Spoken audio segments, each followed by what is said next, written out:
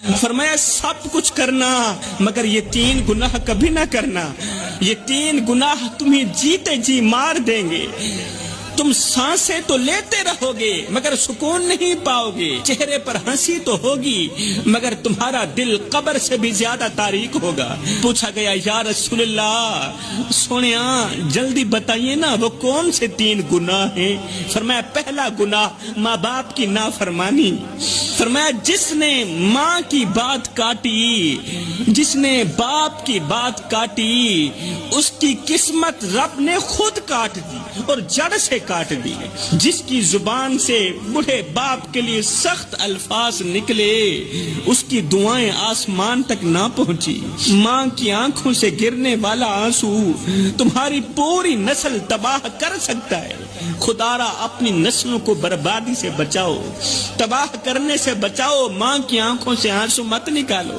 باپ کی خاموشی اگر بد دعا بن گئی تو تمہاری دعاؤں کو آسمان پر پہنچنے کا راستہ ہرگز نہیں ملے گا. جس نوجوان کی رات ماں کی فکر کے بغیر گزرے اس کی صبح کبھی روشن نہیں ہوتی.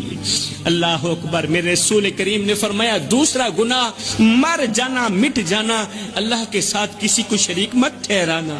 یہ وہ گناہ ہے جسے رب کبھی معاف نہیں کرے گا. جس نے تعویذ پر تو بھروسہ کیا، جس نے پرچی پر تو بھروسہ کیا مگر دعا پر بھروسہ نہیں کیا، جس نے پیر پر تو بھروسہ کیا مگر قرآن پر بھروسہ نہیں کیا، وہ رب کا نہیں، وہ گمراہی کا بندہ ہے، وہ تباہی کا بندہ ہے، وہ رب کا بندہ نہیں ہے. رب سب کچھ برداشت کرتا ہے مگر اپنے ساتھ کسی اور کو برداشت نہیں کرتا.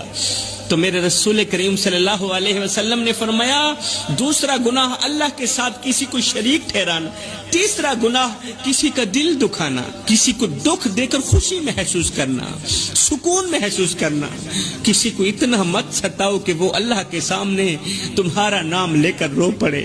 کیونکہ جب مظلوم کی آہ عرش تک جاتی ہے نا تو ظالم کے محل مٹی میں ملا دیے جاتے ہیں، پھر طاقتوروں کے محل مٹی میں ملا دیے جاتے